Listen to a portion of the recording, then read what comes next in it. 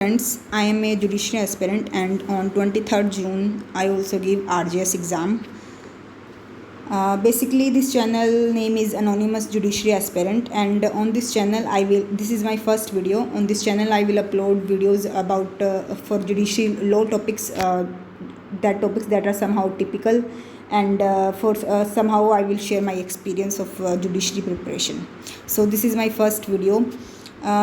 The RJS exam was on 23rd June. As per I see other coaching institutes videos, I am also a judiciary aspirant. I am not saying I am much more than above than the coaching institutes, because I am also preparing, and the person who is preparing know basically what was the situation, who has attempted the question, what was the situation, what was the paper, what was the level of the exam, what was the level of other students that are his competitors. So that's why I am sharing my experience and how I attempted my exam and other things. Please see this video. Basically सबको जैसे पता है कि 100 questions होते हैं RJS के exam में, 70 लो questions होते हैं एंड 15 इंग्लिश के और 15 हिंदी के. बेसिकली ये वीडियो उन स्टूडेंट्स के लिए भी है जो अपकमिंग राजस्थान का आने वाला जो 1 या 1.5 साल में जो भी पेपर होगा वो देंगे. बेसिकली ये वीडियो उनके लिए भी है, और समहाउ जो मैं मेरे मार्क्स भी शेयर करूँगी मुझे कितने मिले हैं, और सेकेंडली मेरे अकॉर्डिंग कितनी कट ऑफ मुझे लगता है कि जा सकती है. I am not like definitely मैं बोल सकूँ कि इतनी ही जाएगी, बट फिर भी जितना भी मैंने खुद ने भी एक अच्छे लेवल तक प्रिपरेशन करी थी. मेरे मार्क्स कितने हैं मैं वो डिस्क्लोज़ करूँगी, और मेरे जो फ्रेंड्स हैं उनके कितने मार्क्स हैं, उन्होंने भी एक काफ़ी हद तक एक अच्छे लेवल तक प्रिपरेशन करी थी. उनमें से कुछ स्टूडेंट्स का इवन दो काफ़ी बार प्रीलिम्स हो भी चुका है, तो उस अकॉर्डिंग मुझे लगता है कि कट ऑफ उस रेंज तक जाएगी. तो that also I will share. Firstly मैं अपना एग्ज़ाम का एक्सपीरियंस शेयर करूँगी, कुछ ऐसे क्वेश्चंस भी शेयर करूँगी जो मुझे नहीं आते, तो फिर भी मैंने किस तरीके से उन्हें अटैम्प्ट करा, और उनमें से काफ़ी पोर्शन तक मेरे क्वेश्चंस आंसर्स ठीक भी हुए. So first question, my code was C, and first question was about the doctrine of estoppel and which of the following statement is wrong. ये पूछा होता है कि कौन सी स्टेटमेंट इनमें से रॉन्ग है. तो मतलब मेरी तैयारी, वैसे आई एग्री कि मेरी तैयारी एक अच्छे लेवल तक थी, बट फिर भी मेरी रिवीजन में बहुत कमी थी, और पूरे मतलब जितने भी हमारे 20 या 16 सब्जेक्ट्स थे उनमें कहीं कहीं लूप होल्स थे, और थोड़ी रिवीजन में कमी थी, जिसकी वजह से मुझे काफ़ी मतलब अंडर कॉन्फिडेंस फील हो रहा था कि नहीं मेरी प्रिपरेशन नहीं है, मेरा नहीं होगा, ये नहीं होगा. मैं ये नहीं कह रही कि मेरा हो जाएगा अभी भी, मतलब मेरे मार्क्स भी बॉर्डर लाइन पर ही है, बट फिर भी मतलब मैंने खुद ने ये ऑब्ज़र्व किया, खुद ने ये रियलाइज़ करा कि मेरी तैयारी जो भी थी उसके अपार्ट मैंने जिस वे से एग्ज़ाम हैंडल किया, जिस वे से एग्ज़ाम मैंने डील किया, मुझे लगता है उसमें उस वजह से मेरे 4 या 5 मार्क्स ज़रूर जो है वो प्लस हुए हैं. अगर मैं इस चीज़ को ऐसे लेती कि नहीं है मेरी तैयारी कम है, शायद औरों की ज़्यादा होगी, अभी मुझे और पढ़ना था, मुझे थोड़ा और टाइम चाहिए था, तो मे बी मतलब मैं जितना मेरे को लगाना चाहिए था दिमाग शायद मैं उतना ना लगा पाती. तो मुझे ये लगता है कि मैंने बेसिकली शायद, बाकी तो मैं कुछ नहीं बोल सकती क्योंकि खुद के मुँह से खुद की तारीफ़ तो बिल्कुल भी नहीं करनी चाहिए, बट फिर भी ओवरऑल जो मैं एग्ज़ाम दे के आई और फिर उसके बाद मैंने आंसर किसे चेक किया, तो मैंने यही रियलाइज़ किया कि ओवरऑल मैंने फिर भी सही ढंग से एग्ज़ाम अटैम्प्ट किया. हाँ, आई एग्री, लॉ में मेरे क्वेश्चंस, लॉ में हिंदी और इंग्लिश में मैं सब बताऊँगी, काफ़ी क्वेश्चंस मेरे गलत भी हुए, जहाँ मुझे लग रहा था कि अगर मैं थोड़ा सा दिमाग लगा लेती, थोड़ा सा, ज़्यादा भी नहीं लगाने की ज़रूरत थी, थोड़ा सा अगर मैं लगा लेती तो वो क्वेश्चंस भी मेरे ठीक हो सकते थे. तो कहीं मैंने लगाया वहाँ मेरा ठीक हुआ, और कहीं मैंने मतलब नहीं लगाया वहाँ मेरे गलत भी हुआ है. तो मैं सारा एक्सपीरियंस आपको शेयर कर रही हूँ. अगर आपको वीडियो अच्छी लगे तो प्लीज़ आप आगे तक देख सकते हैं.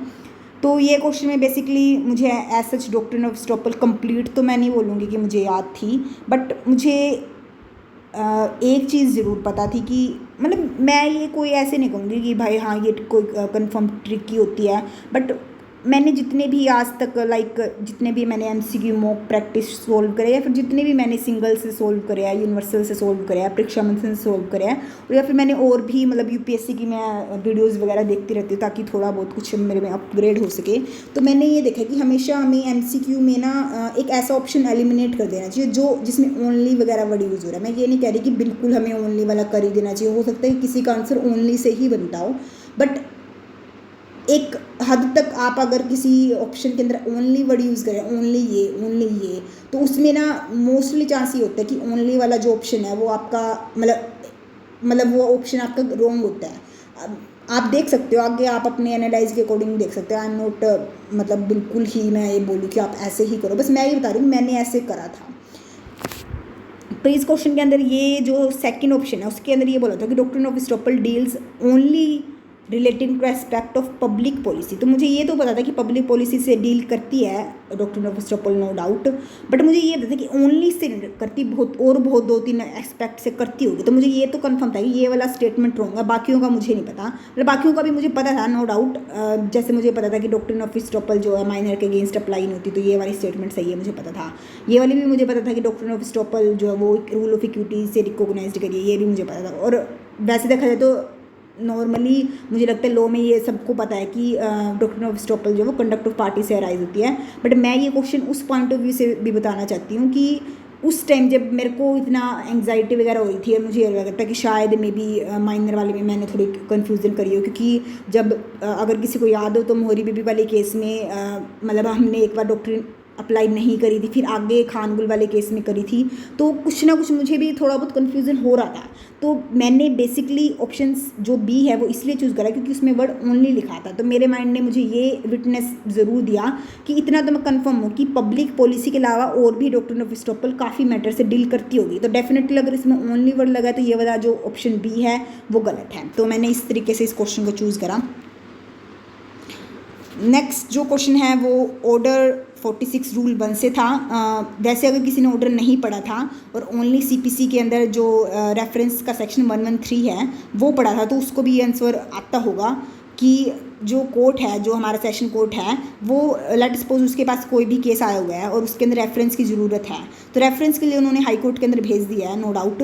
बट रेफरेंस भेजने के बाद ऐसा नहीं है कि वो उस केस को आगे प्रोसीड नहीं कर सकते हैं। सेक्शन 113 के अंदर साफ साफ लिखा हुआ है कि आप उस केस को आराम से प्रोसीड कर सकते हो, उसके अंदर आपको जो भी जजमेंट लगता है वो आप पास कर सकते हो, बट वो आपकी जो जजमेंट है वो कंटिंजेंट होगी। हाई कोर्ट ने आगे कल को मान लो 6 महीने बाद जो भी आप मतलब उसके अंदर दिया है, जो भी उसके अंदर डिसीजन दिया उसके कंटिंजेंट होगी सेशन कोर्ट या लोअर कोर्ट की जो भी जजमेंट है। तो उसमें सेकेंड ऑप्शन जो है बिल्कुल सही जा रहा था, तो मैंने ये चूज़ करा। उसके बाद जो ये क्वेश्चन था कि आर्टिकल 217 कॉन्स्टिट्यूशन ऑफ इंडिया के ऊपर ये क्वेश्चन था। मतलब मुझे सिर्फ इसमें ना एक चीज़ पता थी कि मैंने अन्ना मैथ्यू वाला केस तो सुना हुआ है, बट मैं कंफ्यूज थी यूनियन ऑफ इंडिया वर्सेस में supreme court of India versus है। फिर मुझे कुछ ऐसा याद आया कि जैकोब का मैंने एक आर्टिकल 44 में केस पढ़ा था, वो वर्सेस यूनियन ऑफ इंडिया था। तो मैंने इसमें रिस्क उठाया कि मतलब वो अगर वर्सेस यूनियन ऑफ इंडिया, तो मुझे ऐसे याद आ रहा था कि मेरे माइंड में यही चल रहा था कि अगर वो वर्सेस यूनियन ऑफ इंडिया, तो एक केस मेरे को इतना पता था कि ऐसे मैथ्यू करके कुछ था और उसमें supreme court versus supreme court था। तो इसमें मैंने लाइक गैस किया, समहाउ गैस भी किया और समहाउ थोड़ा लॉजिक भी जो माइंड में मेरे चल रहा था उसको सोल्व करा और मैंने सेकंड ऑप्शन चूज़ कर लिया और ये मेरा सही हुआ। जो फोर्थ क्वेश्चन है वो इजी था, आई होप सबको याद आता कि विजिलेंट वर्ड से ये क्लियर हो रहा था कि लगभग इसका मीनिंग ये होता था कि जो विजिलेंट है लॉ ऑफ लिमिटेशन उसी की हेल्प करता है। जो विजिलेंट है मतलब जो लॉ को लेके जो अपने राइट के ऊपर सो नहीं रहा है, जो विजिलेंट है कि क्या चल रहा है, मतलब विजिलेंट पर्सन की ही हेल्प करता है। तो ये विजिलेंट वर्ड आते ही मेरे माइंड ने यही बोला कि ऑप्शन ए ही होना चाहिए, तो मैंने यही क्लिक करा। उसके बाद एक जो चीज़ है, आई नो मे बी इस वीडियो के ऊपर काफ़ी लोग हंसे भी गए क्योंकि ये काफ़ी रो वीडियो बनाई है, जैसे मैं जनरली अपने फ्रेंड से या नॉर्मल बात करती होती हूँ। मैंने काफ़ी व्यूज़, काफ़ी मेरे और भी मतलब स्टूडेंट्स हैं और भी मैंने वीडियोज़ यूट्यूब पे है जो मैंने देखी है, सब ये बोल रहे हैं कि राजस्थान का जो पेपर है वो औखा आया था। हाँ, मैं मानती हूँ राजस्थान का पेपर थोड़ा सा औखा आया है पिछले ट्रेंड से, बट मैं ओवरऑल क्योंकि मैं खुद तैयारी कर रही हूँ तो मैं उसी पॉइंट ऑफ व्यू से बता सकती हूँ कि मुझे जो लगा बेसिकली वो ये लगा कि अगर आप क्वेश्चन पढ़ रहे हो और अगर आप ऑप्शन को ध्यान से देख रहे हो और अगर थोड़ा बहुत भी सही ढंग से दिमाग लगा रहे हो और आपने अगर थोड़ी, मैं बिल्कुल अच्छे लेवल की नहीं कहूँगी तैयारी, बिल्कुल अच्छे लेवल में तो बच्चों ने मुझे पता है 90 भी स्कोर करे होंगे आराम से, लाइक सही लेवल की आपकी तैयारी थी समहाउ, फिर भी आपने सिलेबस यूँ कह सकती हूँ मैं 80-90% कर रखा था, तो आपके क्वेश्चन सोल्व हो रहे थे। ऐसी बात नहीं थी कि बिल्कुल आपके क्वेश्चन सोल्व नहीं हो रहे थे।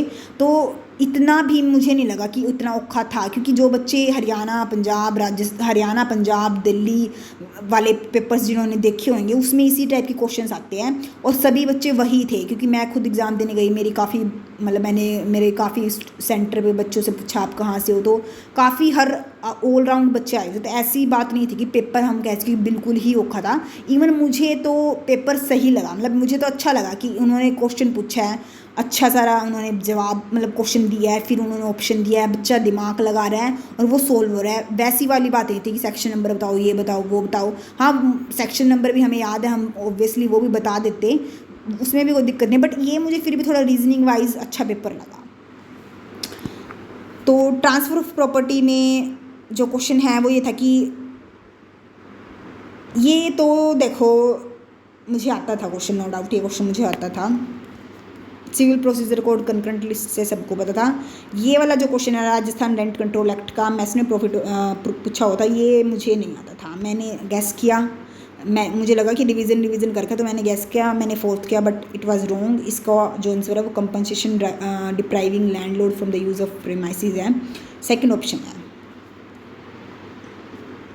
उसके बाद जो ये क्वेश्चन है उसके अंदर ये पूछा हुआ था कि जो सेक्शन 80 है सिविल प्रोसीजर कोड का, नोटिस वाला जो है उससे रिलेटेड, इससे ये क्वेश्चन है।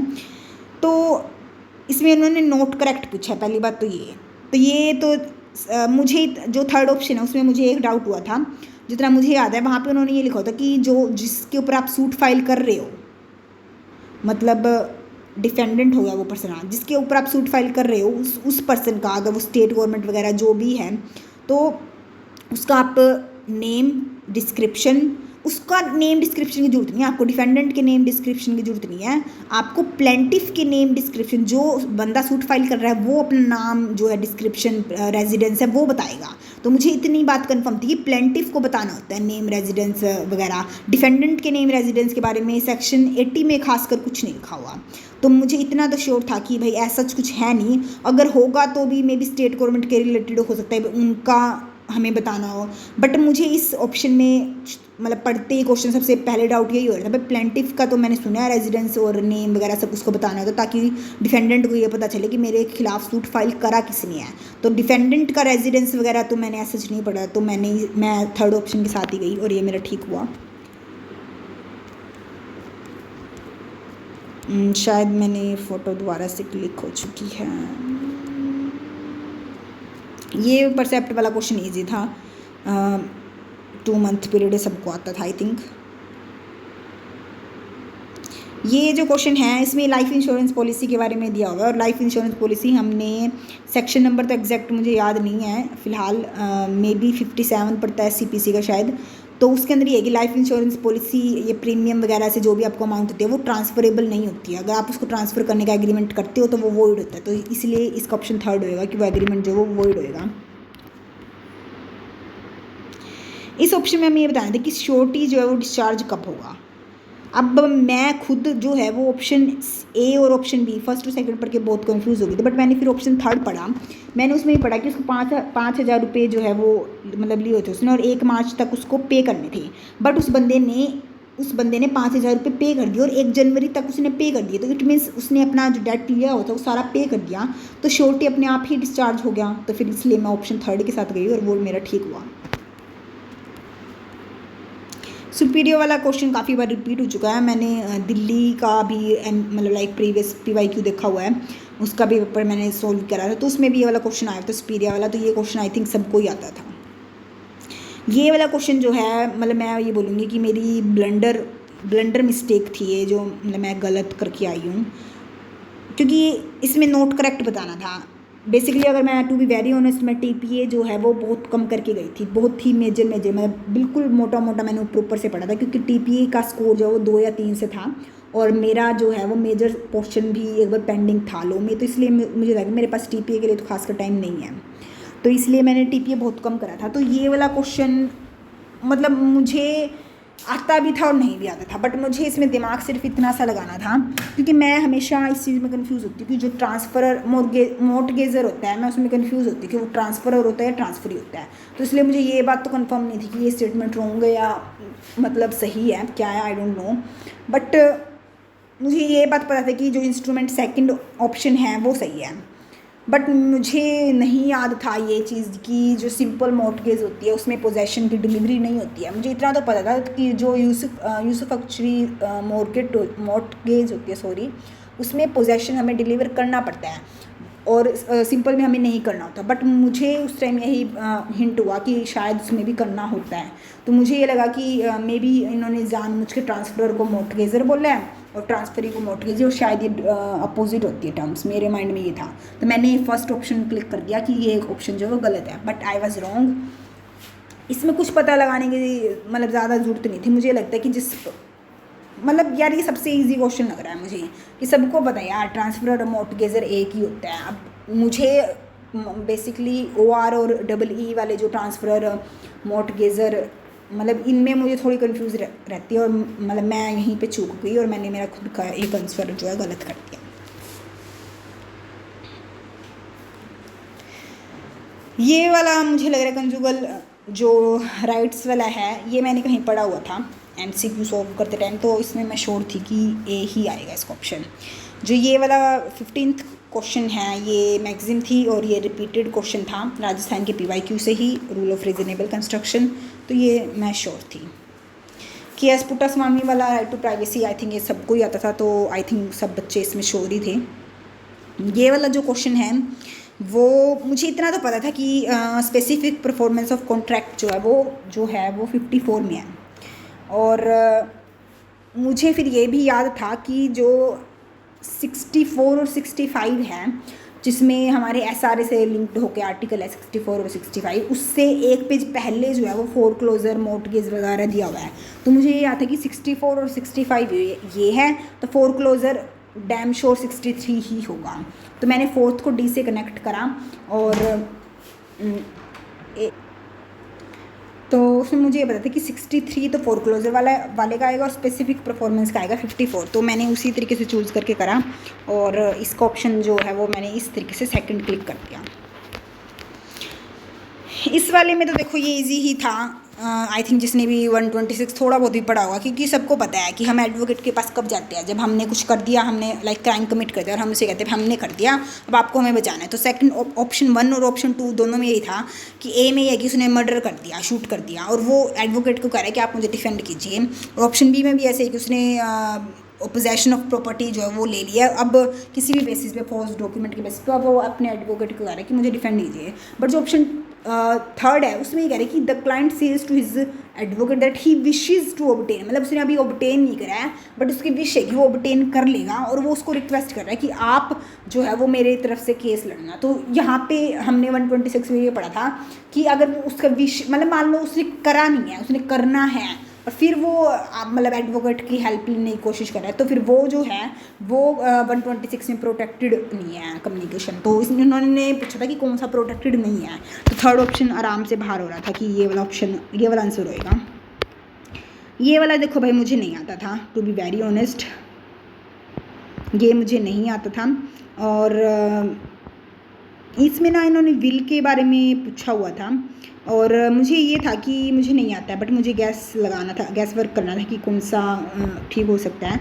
तो इसमें मुझे था कि LR वर्ड है और विल के केस में जो केसेस है वो लंबे चलते हैं क्योंकि उनके LR मतलब आगे जो भी उनकी हेयर्स होते हैं वो केसेस लड़ते हैं। तो मुझे था कि LR वर्ड है, तो ये वाले के साथ मैंने जाना ज़्यादा सही समझा और मैंने यही क्लिक करा और मेरा ये ठीक हो गया।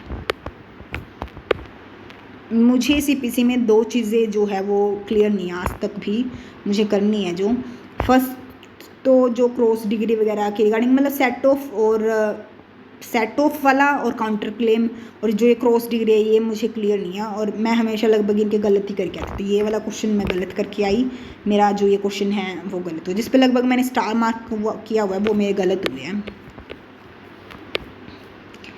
इस क्वेश्चन के अंदर अगर किसी ने थोड़ा बहुत भी स्पेसिफिक रिलीफ एक्ट पढ़ा होगा तो उसे पता होगा कि कंपनसेशन जो है वो आपको तभी मिलेगा जब आपको अपने प्लेंटिफ ने अपनी प्लेंट के अंदर उसको क्लेम करा है।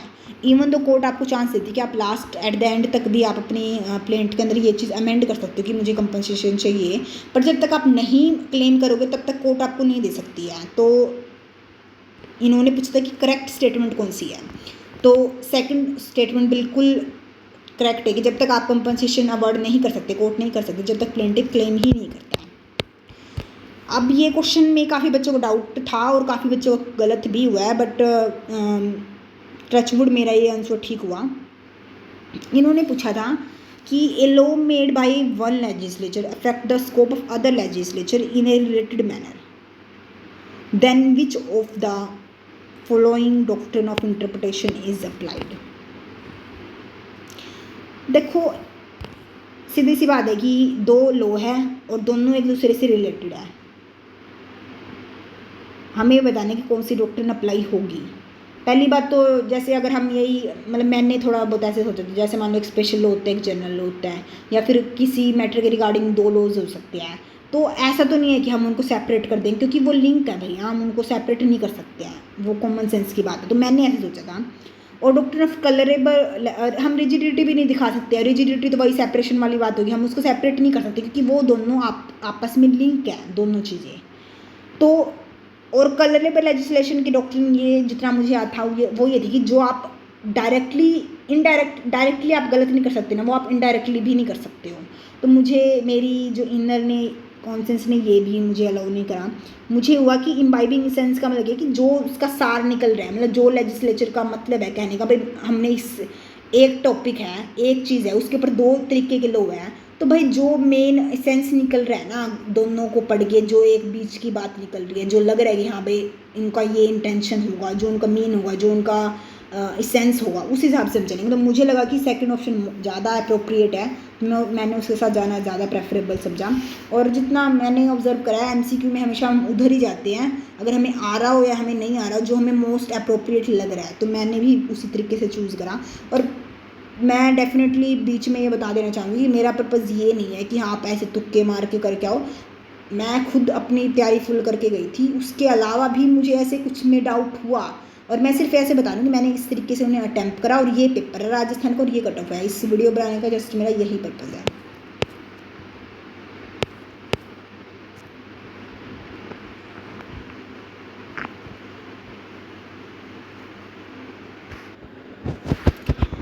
ये वाला मुझे नहीं आता था पी लेबल ऑर्डर कौन सा नहीं होगा, बट मुझे लगता है कि इसमें सिर्फ मैं माइंड ये अप्लाई कर सकती थी कि ऑर्डर 6 रूल 17 जो है अमेंडमेंट ऑफ प्लीडिंग के बारे में बात करता है। तो इतना तो आई थिंक मुझे खासकर हम सबको पता होना चाहिए था कि अमेंडमेंट ऑफ प्लीडिंग जो है वो ऑर्डर अपीलेबल नहीं है, बट मुझे अभी भी इसके ऊपर डाउट है, मुझे ये सर्च करना है कि क्या इसका सीन है, मुझे ये नहीं आता था और ये मैं गलत करके आई हूँ, ये मैंने गलत अटैम्प्ट करा, मेरा गलत हुआ ये चीज़।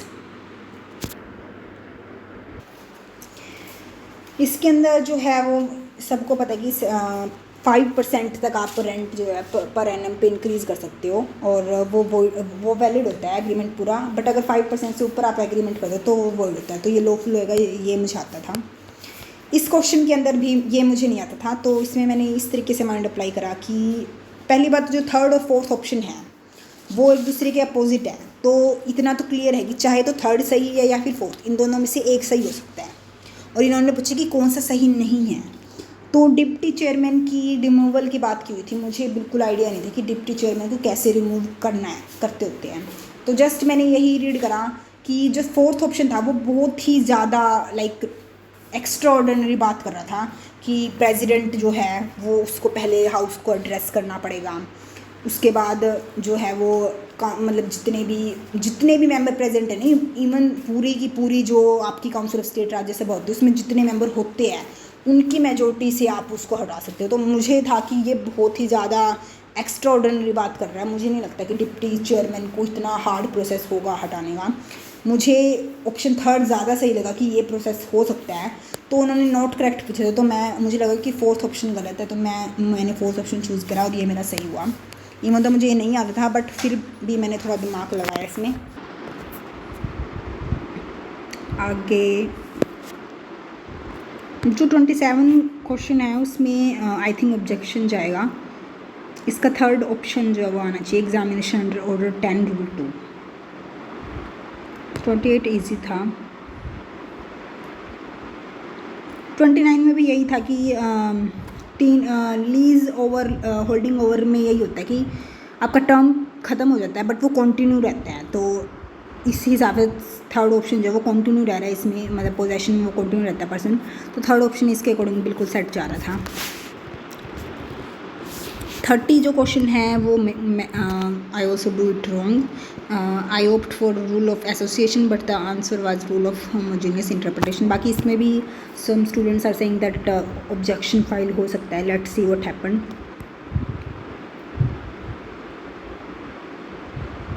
This question was from order and काफ़ी बार PYQ में रिपीट हुआ है, सो इट वाज इजी।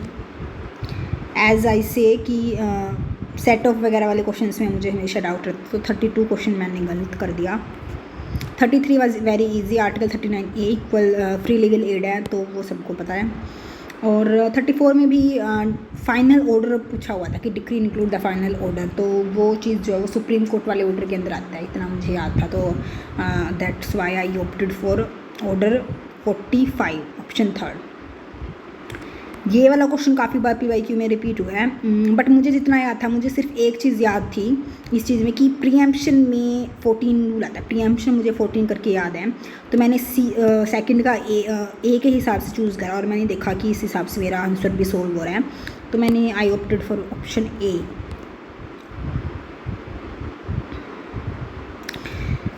जो क्वेश्चन नंबर 36 है वो क्वाइट ईजी था।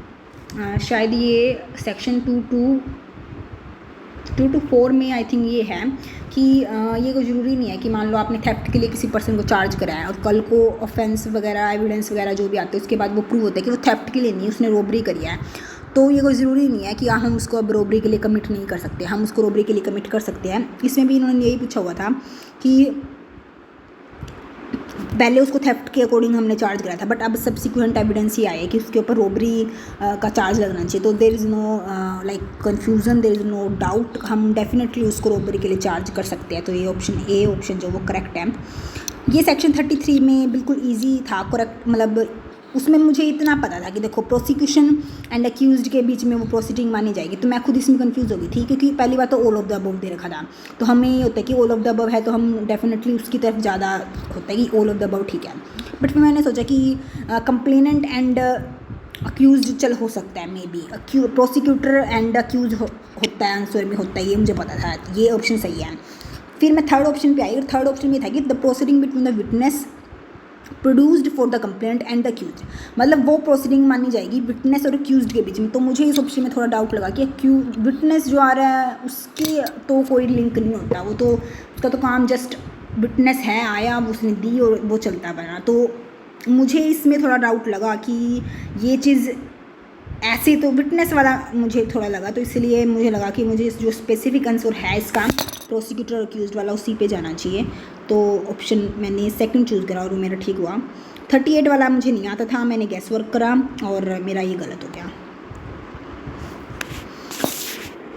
39 जो है वो इजी था, सबको पता है कि जो वारंट है वो तब तक कैंसिल, जब तक आप कैंसिल नहीं करोगे या फिर जब तक आप उसको एग्जीक्यूट नहीं करोगे तब तक वो आपका कैंसिल नहीं होगा, तो ये इजी था।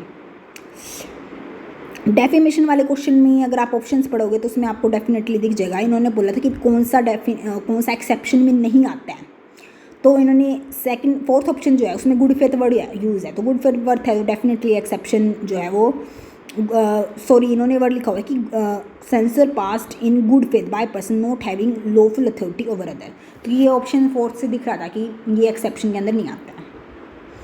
जो थेफ्ट वाला क्वेश्चन है उसके अंदर काफ़ी बच्चे वैसे इसके अंदर डाउट क्रिएट कर रहे हैं सॉरी, बट मेरे अकॉर्डिंग अगर फिर भी हम देखें और उन्होंने पूछा कि कौन सा नहीं है, तो डिसऑनेस्ट इंटेंशन होना जरूरी है, मूवेबल प्रॉपर्टी भी होना जरूरी है, property in possession of owner होना ज़रूरी नहीं है, बट फिर भी अगर हम इसके कंपैरिजन में फियर ऑफ कॉजिंग इंजरी को देखें तो fear of causing injury essential element नहीं है, पोजेशन वाले सीन प्रॉपर्टी वगैरह वाला फिर भी कुछ है, बट फोर्थ ऑप्शन बिल्कुल भी नहीं है, तो इसलिए फोर्थ ऑप्शन चूज़ करना ज़्यादा वाइजेबल रहेगा और ये सही भी है। 42 के अंदर ये मुझे याद था कि ये जो आफ्टर केयर वाला है उसके अंदर 18 के बाद और 21 से पहले वाला सीन होता है, तो थर्ड ऑप्शन इसका सही निकला। Pardon of tender section 306 CRPC का इम्पोर्टेंट है और ये सबको पता है कि वैसे भी इसके अंदर ऑब्वियसली दिख ही रहा था कि सेकंड और फोर्थ ऑप्शन में से एक ठीक हो सकता है, क्योंकि उसमें 3 साल लिखा हुआ है, इसमें 7 साल मुझे वैसे ही आता था, तो मुझे पता था कि सेकंड ऑप्शन गलत है।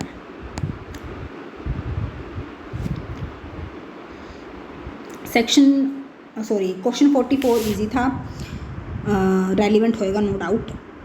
और 45 में यही था, मुझे इतना याद था कि वैल्यू ऑफ द प्रॉपर्टी जो है वो 2000 तक जो है वो हो सकती है, तो इसमें 5000 लिखा हुआ था, तो मुझे क्लियर हो गया कि ये वाला ऑप्शन जो है वो गलत है। जब मैंने जुवेनाइल जस्टिस एक्ट कवर कर रहा था, तो मैंने एक चीज़ नोटिस करी थी कि हमारा जो हिंदू अडोप्शन वाला एक्ट है उसके अंदर जो है वो सिंगल मेल अडोप्ट कर सकता है गर्ल चाइल्ड को, या फिर कर सकता है, बट उनके अंदर 21 ईयर्स का एज गैप होना जो है वो ज़रूरी है।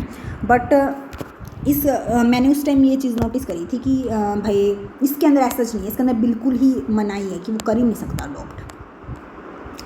जो ये रचित वाला क्वेश्चन है, इसमें मेरे अकॉर्डिंग तो भाई मर्डर होना चाहिए, और मैंने भी मर्डर वाला ऑप्शन ही ऑप्ट करा है, बट अब तक की ऑफिशियल की के अकॉर्डिंग ये मेरा गलत है। बट मुझे लगता है कि चैलेंज होगा और इसका ऑप्शन मर्डर ही, आंसर मर्डर ही आएगा। So hope for the best. ये वाला क्वेश्चन इजी था, प्रोबेशन वाला का। मेरे अकॉर्डिंग प्रोबेशन में सेक्शन 7 में है ये कि कॉन्फिडेंशियल रहेगी, और कॉन्फिडेंशियल रहेगी वो रिपोर्ट, तो ये मुझे आता था, ये मैंने कर दिया था। ये भी मुझे याद था कि नॉन बेलेबल होता है और कॉग्निजेबल होता है। सिविल प्रोसीजर कोड का मुझे याद था ये वाला भी। ये क्वेश्चन काफ़ी बार रिपीट हो चुका है कि एम्प्टी थी पॉकेट, फिर क्या होगा। ऑब्वियसली उसने एक बार ट्राई तो कर ही लिया, तो अटेम्प्ट टू थेफ्ट तो होगा ही होगा।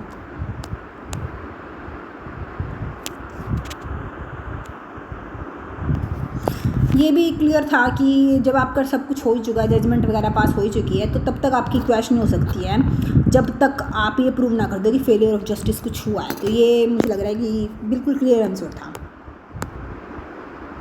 ये एक साफ साफ पॉक्सो के अंदर लिखा हुआ है कि आपके जो चाइल्ड है उसके पेरेंट्स जो है वो मौजूद होने चाहिए, जिनके अंदर चाइल्ड का ट्रस्ट एंड कॉन्फिडेंस है।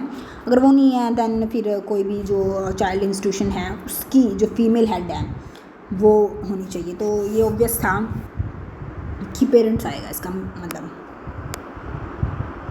ये भी क्लियर है 125 CRPC के अंदर जो मैरिड डॉटर है, मतलब एक डॉटर है, एक मैरिड है और एक अनमैरिड है, तो जो मैरिड डॉटर है, जो मेजोरिटी जिसकी हो चुकी है, और अगर उसको कोई फिजिकल मेंटल अबनॉर्मलिटी होती है तो उसके हस्बैंड की फर्स्ट ड्यूटी होती है, उसके फादर की ड्यूटी सेकंड होती है, तो इसमें इसलिए वो इंटाइटल्ड नहीं होगी। ये वाला भी मुझे याद था कि कॉग्निजेबल। बेसिकली मैंने माइनर लॉज के अंदर यही करा था कि जैसे जितने भी हमारे माइनर लॉज थे 5 या 6, तो उसमें मैंने सब में लिख दिया था कि इसमें कॉग्निजेबल बेलेबल है, इसमें नॉन बेलेबल है, तो वो मैंने एक छोटी सी लिस्ट बनाई थी उस टाइम, तो वो मेरे लिए हेल्पफुल रही। ये क्वेश्चन सबको पता था कि जो मैजिस्ट्रेट है वो इन्वेस्टिगेशन नहीं कर सकता, तो ये सबके लिए आई थिंक ईजी ही था। जी ये वाला क्वेश्चन है, इसमें मैं खुद कंफ्यूज हुई थी। पहले मैंने इसमें चीटिंग चूज़ करा कि इसने चीट करा है इंश्योरेंस कंपनी को, बट फिर मुझे ये हुआ, जितना मुझे याद आया कि मुझे याद था कि मिसचीफ में हमारे कुछ एसेंशियल इंग्रेडिएंट ये होते हैं कि आप इंजरी कोज करते हो, बट वो कोई ज़रूरी नहीं कि इंजरी कोज आप अदर पर्सन को करते हो। ये भी हो सकता है कि आप इंजरी कोज अपनी ही प्रॉपर्टी को कर रहे हो। तो मुझे ऐसी इंजरी उसने कोज करी है खुद की प्रॉपर्टी को, किसी को कुछ प्रॉफिट के लिए, तो मतलब मुझे मतलब लाइक अंदर से इनर फीलिंग आई कि मिसचीफ ज़्यादा मुझे लगा, तो मैंने रिस्क लिया, मिसचीफ किया और मेरा ये सही हो गया बाई चांस। ये ऑब्वियस सी बात है कि जब उसके पास उसका खुद का होम पेंडिंग है, उसके पास होम है, तो हम लीगल रिप्रेजेंटेटिव के पास नहीं जाएंगे, हम LR के पास तभी जाते हैं जब सब कुछ वहाँ से ख़त्म हो जाता है। तो LR के पास जाने से पहले अगर उसका खुद का होम है तो अमाउंट ऑफ फाइन वहीं से रिकवर होगी। ये आई थिंक सेक्शन 70 IPC का।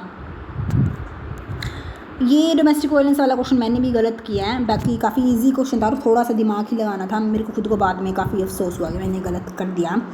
इसमें सीधी सी बात थी और बिल्कुल लॉजिक लगाने वाली बात थी कि हाँ हमें पता है कि इन कैमरा होगी, कैमरा में होता है कि किसी को मतलब लाइक जो भी पार्टीज होती है उनके बीच में होती है, कोर्ट वगैरह होती है, बाकी बाहर की पब्लिक को हम नहीं बुलाते हैं। इन कैमरा होगी, इसमें कोई डाउट नहीं था, बट मैंने बिल्कुल स्ट्रिक्ट रूल के साथ में चली गई कि हाँ the proceeding must be in the camera. But answer इसका ये होना चाहिए था कि डिस्क्रिशन होगी कोर्ट की, अगर मैजिस्ट्रेट को लगता है तो वो कैमरा में करेगा, अगर उसको लगता है कि ज़रूरी नहीं है तो वो ओपन कोर्ट में भी कर सकता है। वैसे इसमें मतलब पढ़ने की कमी मान लो, कुछ भी मान लो, बाकी इसमें थोड़ा अगर थोड़ा लॉजिक और थोड़ा सोच समझ किया जाता तो थर्ड ऑप्शन चूज़ हम कर सकते थे। ये इजी था, ये मुझे डेफिनेशन क्लोज याद था थोड़ा थोड़ा। Indecent representation of women act का कि डिस्ट्रीब्यूशन फ्री भी हो सकते हैं और मतलब पेड भी हो सकते हैं, डजेंट मैटर। तो ये ऑप्शन थर्ड था, मुझे आता था। Conclusive proof section 4 evidence act का ही सबको पता था। सॉरी ये पेज आई थिंक रिपीट हो गया है। ये भी नेगोशिएबल इंस्ट्रूमेंट एक्ट में डायरेक्टर की सीधी सी एक्सप्लेनेशन में डेफिनेशन दे रखी है कि फर्म के रिलेशन में partner of the firm include होएगा। एक बार मैं इसमें कंफ्यूज हुई थी, मैंने ऑल ऑफ द अबव कर दिया, बट जब मैं खुद OMR शीट भरी तो मैंने देखा कि भाई पार्टनर के रिलेशन में पूछा तो पार्टनर ही आएगा, एम्प्लॉई तो आ ही नहीं सकता। ये आई थिंक सबको आता था मेरे अकॉर्डिंग, तो जिसने थोड़ा बहुत प्रिपेयर करा था कि एविडेंस आप 30 डेज़ में रिकॉर्ड करोगे और ट्रायल आपका 1 साल में कंप्लीट हो जाना चाहिए। और जितना मुझे याद आई थिंक ये DGS में भी PYQ में आया हुआ था, इसी साल वाले मतलब क्वेश्चन पेपर में आया हुआ था। ये ऑब्वियसली बात है, सेक्शन 53A है CRPC का कि आप उसके करैक्टर के बारे में कि उसका प्रीवियस सेक्सुअल एक्सपीरियंस कैसा रहा, उससे रिलेटेड आप कुछ नहीं बोल सकते, तो ये परमिसेबल नहीं होगा क्वेश्चन। और ये डोमेस्टिक वायलेंस का डायरेक्टली डेफिनेशन क्लोज से ही था कि मतलब आप फैमिली मेम्बर है वो डोमेस्टिक वर्कर में नहीं आएगा। एक घर के अंदर अगर हम देखें तो फैमिली मेम्बर डोमेस्टिक वर्कर के अंदर नहीं आएगा, इन्होंने नोट पूछा हुआ था। ये इजी था कि हमें सबको पता था कि SDM DM और JMIC फर्स्ट क्लास जो है वो सर्च वारंट इशू कर सकते हैं, तो ये इजी था। के भी इजी था, ये काफ़ी बार बहुत बार रिपीट हो चुका है क्वेश्चन, इसमें तो कुछ था ही नहीं।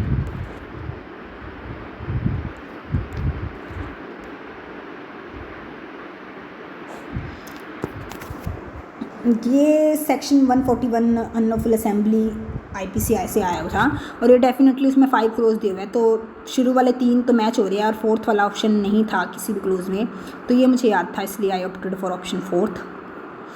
ये मुझे लगा कि मैंने सच में ब्लंडर कमिट करा है, बस मैंने रिमांड वर्ड देखा और मैंने 15 डे वाली पीरियड पे क्लिक कर दिया, बट मैंने ये नहीं देखा इन्होंने पूछा क्या। इन्होंने ये पूछा था कि जब तक आपका अगर आपके मान लो JMIC या मैजिस्ट्रेट के पास केस गया है और आपको पता है कि वो जो केस है वो एक्सक्लूसिवली ट्राइबल है कोर्ट ऑफ सेशन के द्वारा, तो उसमें मुझे आता था, बट मैंने खुद ने ब्लंडर कमिट कराया। उसमें मुझे पता था कि ये होता है कि जब तक आप वो केस सेशन कोर्ट के पास सोल्व नहीं हो जाता, कंक्लूजन ऑफ ट्रायल तक आप ड्यूरिंग और until the conclusion of trial तक आप उस पर्सन को रिमांड कर सकते हैं। तो जब मैं खुद पढ़ रही थी मुझे इतना डाउट हुआ था इस प्रोविज़न के ऊपर कि हद है कि इतने टाइम तक हम उसको रिमांड में रख सकते हैं, तो मेरे लिए वो एक अलग सी बात थी, तो मुझे हमेशा से वो याद रहती थी।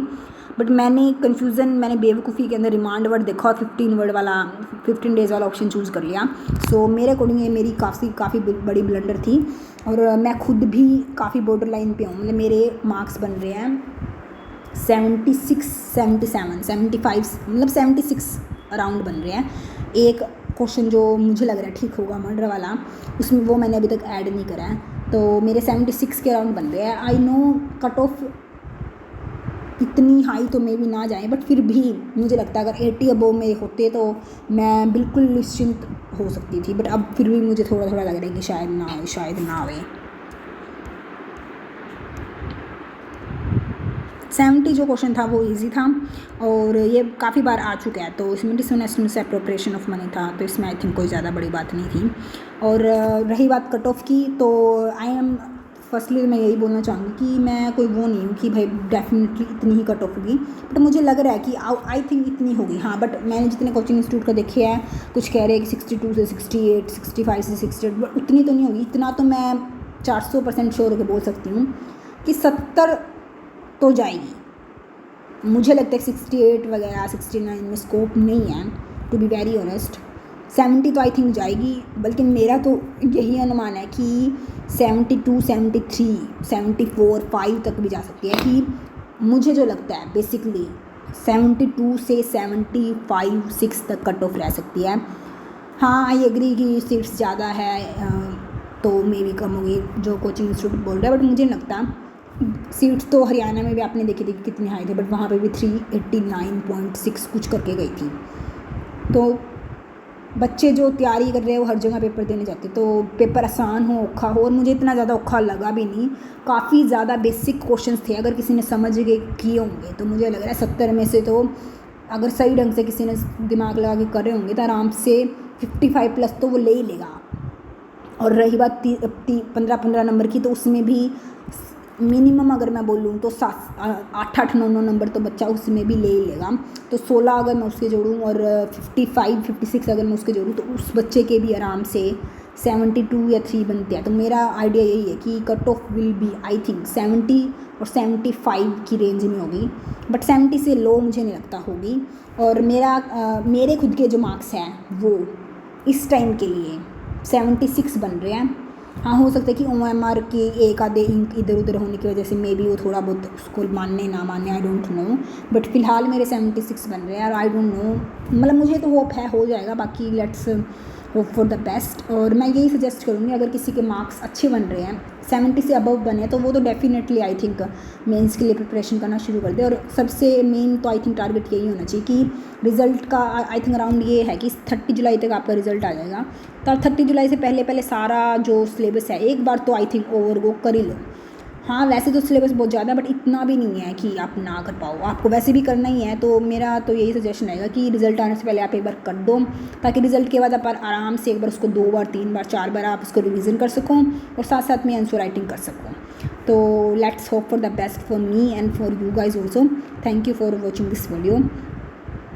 Thank you.